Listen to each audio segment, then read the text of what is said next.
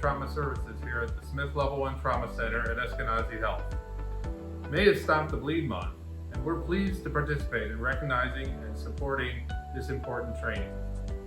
Stop the Bleed training was developed to improve the chance of victims surviving from either man-made or natural mass casualty events. However, injuries that occur in daily life are much more common. And since bleeding is the #1 cause of preventable death after injury, the person next to the victim may be the most likely person to save them. Bleeding control kits are becoming more common in public areas. And for these reasons, people like you and me should learn the simple techniques that are taught in this course in order to save a life. So here are some examples of the techniques that can help control bleeding. Bleeding from many types of injuries can be controlled by simply placing a bandage and some direct pressure on the injury site.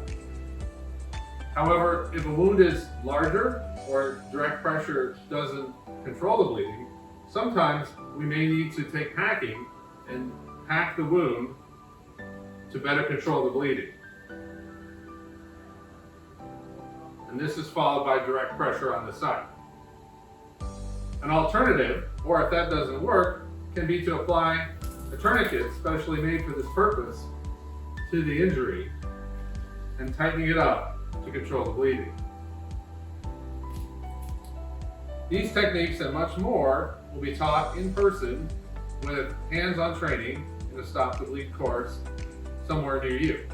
If you'd like to get more information about taking a Stop the Bleed course, check out eskenazihealth.edu or stopthebleed.org.